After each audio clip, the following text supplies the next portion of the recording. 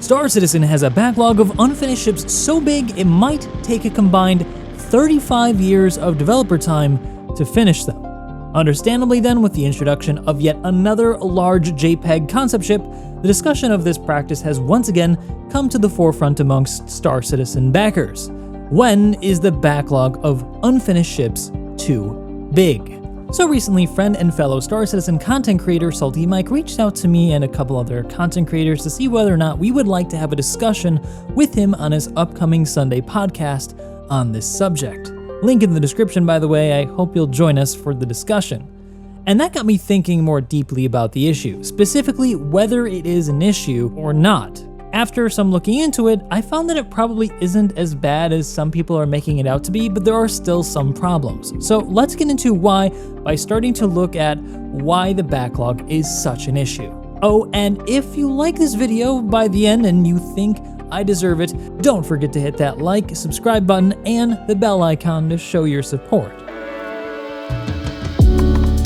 So since the beginning of Star Citizen's development, crowdfunding has pretty much entirely been supported by the sale of concept ships. These have been jokingly referred to as JPEG ships, as usually the art is the only thing that's done at the time of the initial sale. So in other words, it's not a ship that you could actually fly in-game when it goes on sale. That's what a concept ship is. The problem is that these sales don't need to just fund ongoing development with Star Citizen, but that also needs to support 800 plus and growing developers and staff working on the yet unreleased single-player mode Squadron 42, where the majority of CIG's resources are now being funneled. This has resulted in a growing backlog as the team grows in size, which has some speculating that it's become a vicious cycle of needing to release yet more JPEGs to pay for more developers to address the backlog, and so on, with no way to break the cycle due to the financial burden of development outweighing the pipeline's profitability. But we'll get back into that later. The good news in all of this, though, is that in the past 10 years of development, CIG has delivered on 144 of those concept ship promises. But despite that impressive number, they still have quite a lion's share of large ships left to do. So where then does that 35-year number come from? Well, in a recent interview with CIG's head of ship development pipeline, John Crew, he shared that it would take more than a year of work from their current entire ship team just to finish a ship the size of the Polaris. If I could click my fingers now, put the Polaris into production, that would take out a big chunk of the UK team for maybe 12, 18 months, which means we can't deliver a constant flow of other vehicles in patches. So you could go multiple patches without any vehicle release or any support for other features coming out. So we have to balance that across not just delivering vehicles, but supporting the other teams. Which is why these ships have been left untouched up until now. It's from this number then that we can begin to extrapolate through some table napkin math about how long it will take for them to finish that massive backlog. Added up, accounting for new concepts being added, that number comes to around 35 years. A staggering number, but it doesn't exactly tell the whole story, so let me explain. This number isn't linear time, it's purely an estimate taken on a per ship basis added up together. In other words, it's developer time, not actual time. As some of you pointed out when I posted an image of this on Twitter, CIG often develops ships in parallel. So then how much actual time might this take from today? Again, based off John Crew's own estimated time for the Polaris and comments about the commitment required for a large ship, Polaris-sized ships and up would require an entire year of an entire team with no capability of parallel development. So for each capital, we need to look at them as a single year of development. Next, ships mostly done from Squadron 42, like the Javelin and Idris, which still need some work to be ready for the PU according to CIG themselves, may be done in like half a year. And then for the rest, I put them together in accordance with the time that they'll take, taking into account that their larger or smaller sizes would likely enable them to be done in parallel or not. So After all of this kind of guesswork, we came to around 23.5 years, accounting for one additional year of development for every year of the backlog's development due to the extremely likely addition of more concepts. I mean, they've introduced more concepts every single year of development. I don't see that changing.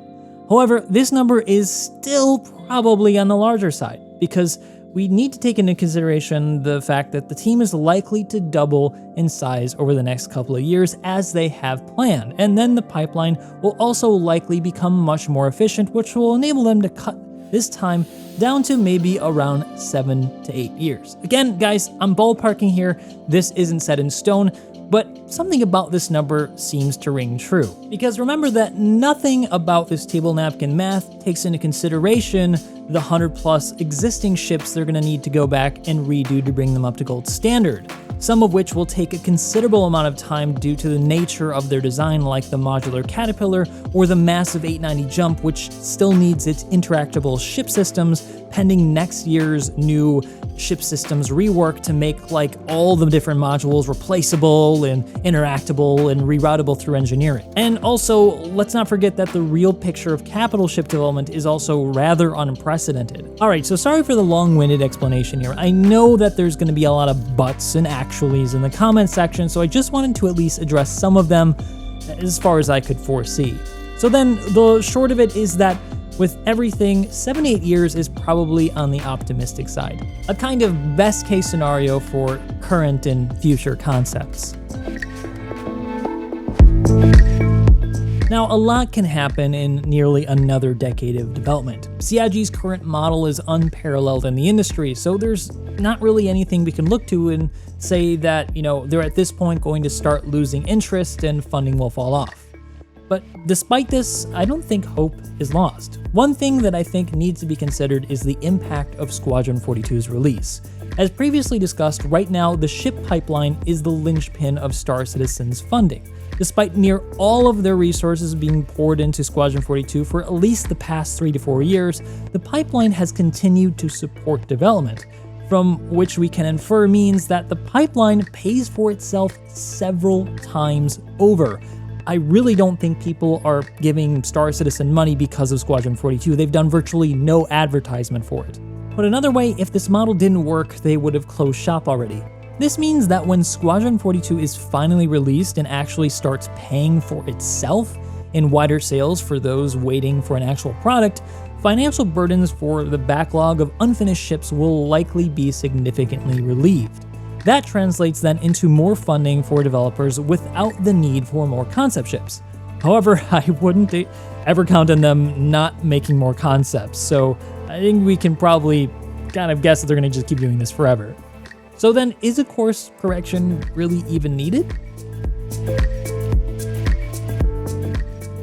Perhaps. But now that we're delving into the deepest part of the speculation pool, now more than ever you need to take what I say with a grain of salt. A really big one.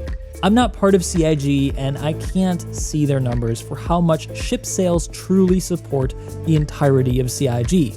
One thing I am certain of though is that they could always pay their developers more.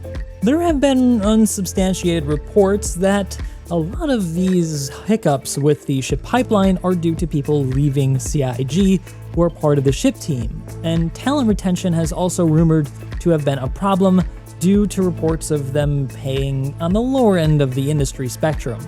Whether or not this is so though, as someone who really wants to see the very best game, I'd like to see more money distributed to talent in order to retain and attract the very best developers in the industry. I mean, they're certainly already making the very best looking ships in the industry right now. It's probably not a bad idea to continue to pay them more, because if they don't, that can easily change with some other upcoming titles.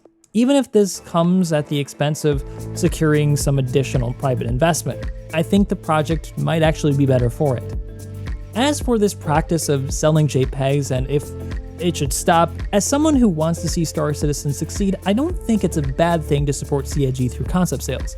Just remember that no one company deserves 100% of your trust. Any company can fold overnight and run away with the money, and so I also get why others prefer not to support this practice. Personally, I can't justify it without something to make content on. I mean, content creator. But to someone with, disposable income and the desire to see them succeed, I don't see there being anything wrong with it. Still, I'd prefer for each ship to be an actual ship, not a JPEG, but that's just the gamer in me who wants more and more content. Even if nothing changes though, looking at the insane increase of funding year on year, I don't think CIG has much to worry about in the short term, and so we probably shouldn't worry too much either. But what do you think?